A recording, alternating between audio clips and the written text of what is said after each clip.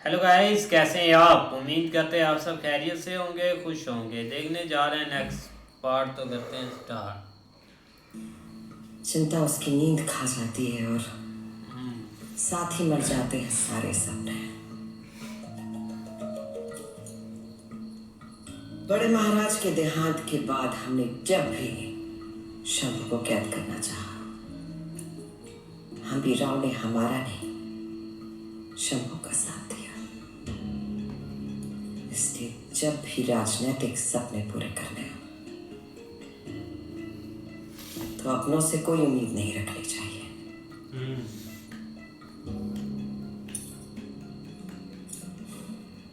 ऐसी परिस्थिति में खैर बहुत काम आते हैं। क्षमा राजमाता, पर जब वो सिर्फ युवराज थे, राजगद्दी से दूर थे, तब भी आपके सारे प्रयास असफल रहे। अब तो वो छत्रपति हैं, मराठों के राजा। इस बार कोई चूक हुई तो अनर्थ हो जाएगा। जब राजा ही नहीं होगा तो सजा कौन सुनाएगा? बालाजी, छत्रपति संभाजी महाराज की जीवन गाथा का आखिरी अध्याय लिखना शुरू करें।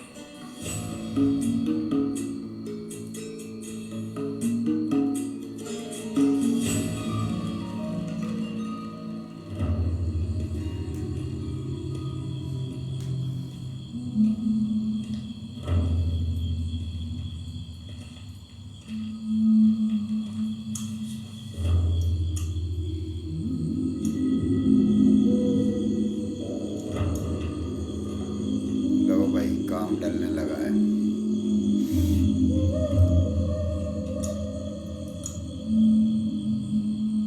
ये बंदा हुआ नहीं, ये तो वही है, शेरो शायरी करता है। लोग मानते हैं ये शहजादा मिर्जा अकबर हमसे क्यों बदला? इसका कारण अकबर सिर्फ महाराज के सामने पेश करना चाहता। हम तो केवल इतना जानते हैं कि औरंगजेब के जीते जी मुगलिया सल्तनत का ताज पहनना चाहता है। औरंग की चिंगारी में भी कम आग नहीं। अवश्य कोई खास बात होगी, वरना महाराज से स्वयं मिलने का आग्रह वो क्यों करेगा? उसके इरादों के पीछे कोई षड्यंत्र अवश्य है महाराज। नीलोपंत जी सही बोल रहे हैं महाराज। अकबर, आखिर खून तो है औरंग का ही। क्षमा ये सजी, पर जब तक मिलेंगे नहीं तब तक सिर्फ अनुमान लगा सकते हैं अकबर की इच्छाओं का। और हमें लगता है कि औरंगजेब का शत्रु होने के नाते वो हमारे काम आ सकता है। अगर आप मुगलों पर भरोसा जताने लगेंगे कलश जी, तो हमारा भरोसा आपके ऊपर से उठ जाएगा। जो अपने बाप का नहीं हुआ वो हमारा क्या होगा? अकबर का आपके करीब आना खतरे को गले लगाना है।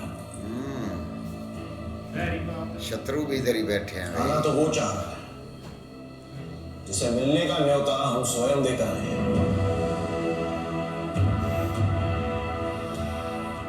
मुगल सल्तनत का स्तंभ है बुरहानपुर। लड़खड़ाता ही सही, लेकिन औरंग दौड़ता हुआ आ रहा है हमारे पास।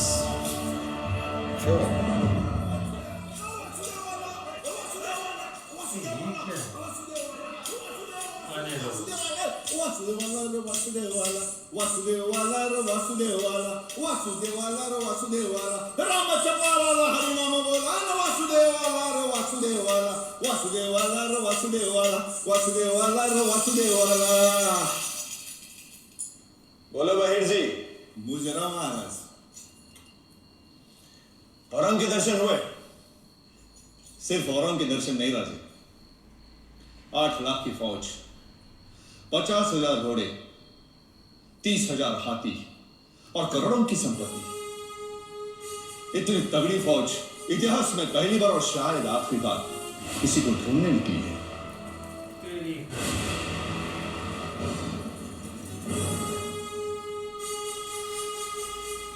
बहिर्जी औरंग का साया बनकर उसके आसपास रहना। यदि वो आधे रास्ते भटक भी जाए, उसे किसी भी तरह हमारी ओर मोड़ देना।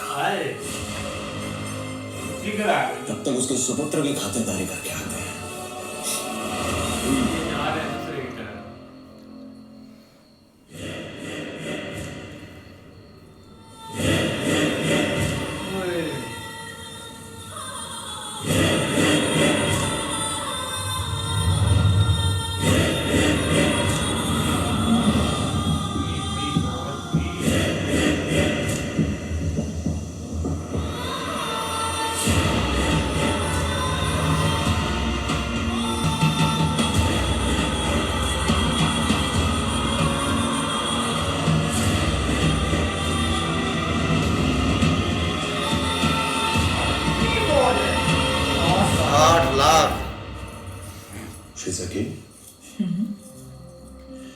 उम्र में सबसे छोटे मावले से लेकर सरलश्कर हम्बीर मामा तक सब परेशान हैं।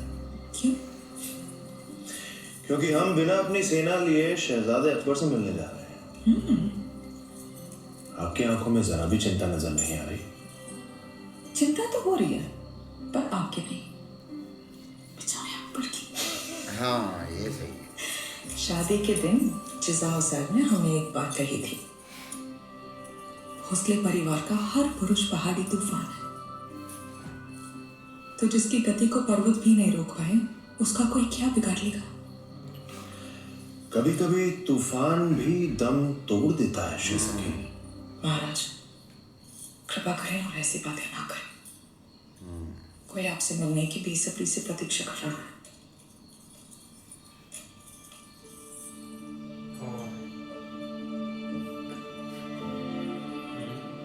हमें लगता है पुत्र है। एक और पहाड़ी तूफान आ रहा है।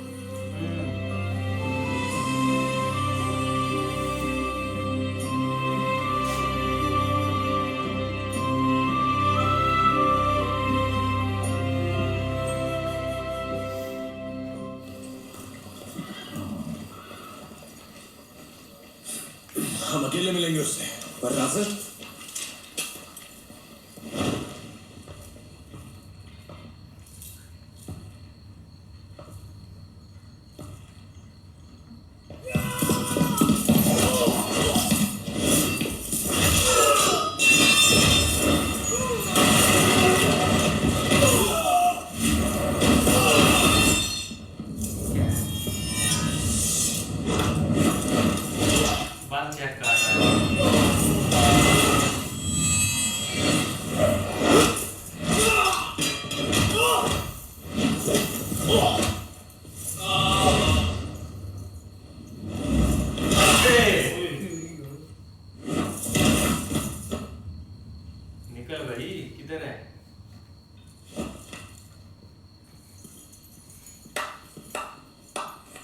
सुभान अल्लाह, सुभान अल्लाह।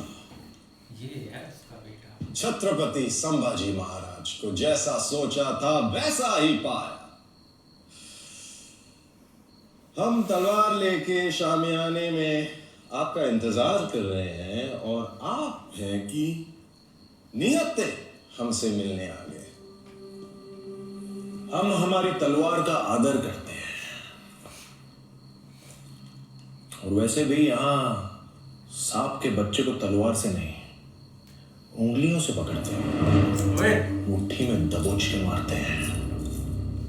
हम तो बस इतना देखना चाह रहे थे कि हमसे जो मिलना चाहते हैं वो खुद आने की जहमत करे या किसी बहरूपी को भेज देंगे। हमारा बहरूपी भी इनका यही हाल करता। कहिए, बिन बुलाए मेहमान बनने का कष्ट क्यों किया? महाराज, एक खबर उत्तर में फैली है कि दक्खन के सिपाही किसी से नहीं डरते, तो चल पड़े अपने घर से आपके घर, आपकी जाबाज सेना की मदद से अपना मकसद पूरा करने। कमाल है, उत्तर तक यह संदेश नहीं पहुंचा कि स्वराज के योद्धा मुगलों के लिए नहीं लड़ते। आप तो बुरा मान गए और हमें लगा बड़ी आसानी से मान जाएंगे। आप और हम एक जैसे ही तो है। नई पीढ़ी, नया जुनून, नए ख्याल, नया जोश। हम हर हिंदुस्तानी को स्वराज की गद्दी पर बिठाना चाहते हैं और आप स्वयं अपने अब्बूजान को मारकर सर पे ताज पहनना चाहते हैं। हमारे युद्ध और आपकी जंग में बहुत अंतर है शहजादे। ये मुगल जो है ना अपने जो बड़े हैं उनको मारते मारते ही आगे आए थे लेकिन इधर भी ये आया शहजादा साहब, तो ये भी यही सोच विचार लेकर चल रहे हैं कि सेना लेके जाऊं, मार दूं और भाई चढ़ जाऊं गद्दी पे। लेकिन यार अब इनको मुकाबला बड़ा करना पड़ेगा। नहीं ऐसे ही है भाई, आगे बहुत बड़ी फौज भी है, लेकिन अकबर साहब सोच रहे हैं कि इधर से मुझे भी हेल्प मिल जाएगी और मुझे भी कुछ गद्दी का एक लालच तो है, लेकिन मुझे लगता है कि ये चीज़ कभी नहीं इकट्ठे कर सकेंगे। वो यार भीख मांगने के लिए आया आगे से भाई, उन्होंने कहा कि अपना भाई रास्ता न हो, हम तो ये काम नहीं करेंगे, आपके साथ ही लड़ रहे हैं और आपको फौज अपनी मरवाने के लिए आप अपने जो बाप है उसके नहीं सगे हुए तो हमारे कहाँ से सगे होंगे। भाई ऐसे ही है ना, जैसे वो 8 लाख फौज लेकर आ रहा है तो ज़ाहिर बात है ये चौरी अपना अकबर साहब ने बुलाया उसको कि मेरे साथ आकर हाथ मिला लो, तो उसने बोला है कि आपने अपने भारत का कत्ल करवाना है और खुद भाई राजा बनना है यहाँ का। तो वो हम लोग तो करते नहीं हैं, हम तो हर जो है अपना हिंदुस्तानी उसको भाई हम राजा समझते हैं। तो वो इनको तो लालच है, ये तो अपने लालच के लिए उसने बुलाया उसको कि मेरा वाले साहब जो है वो मारा जाएगा, उसके बाद मैं राजा बन जाऊँगा। इस तरह ही भाई जब उधर से खबर आई है ना, जो उन्होंने बताया कि इतने ऊँट और इतने घोड़े वगैरह और 8 हाँ ऊँट भी भाई साथ, ऊँट और दूसरे हाथी वगैरह भी साथ हैं। तो ये लेकर भाई 8,000 अपना 8 लाख फौज भी है, इधर हमले के लिए आ रहे हैं। तो उन्होंने कहा कि आप जाएं उनके साथ चलें, कहीं रास्ता वो भटक न जाएं, और जब भटकें तो उनको सीधा रास्ता इधर लेकर आना। नहीं इसमें कोई शक नहीं है, आगे जो बंदा है ना वो भाई बहुत मेहनत है और कोई उसको किसी किस्म का डर नहीं। आप देख लो जब वो इधर अकबर से मिलने आया है तो उसने भाई हथियार वगैरह बाहर छोड़ दिए, उसने थोड़ा आजमाया जरूर है उसको, उसने फिर दिखाया भी है, लेकिन आगे जो सीधी बातें ना वो भी उसको सुनाई। आप देखो आगे। हाँ जी, तब तक के लिए गुड बाय, टेक केयर।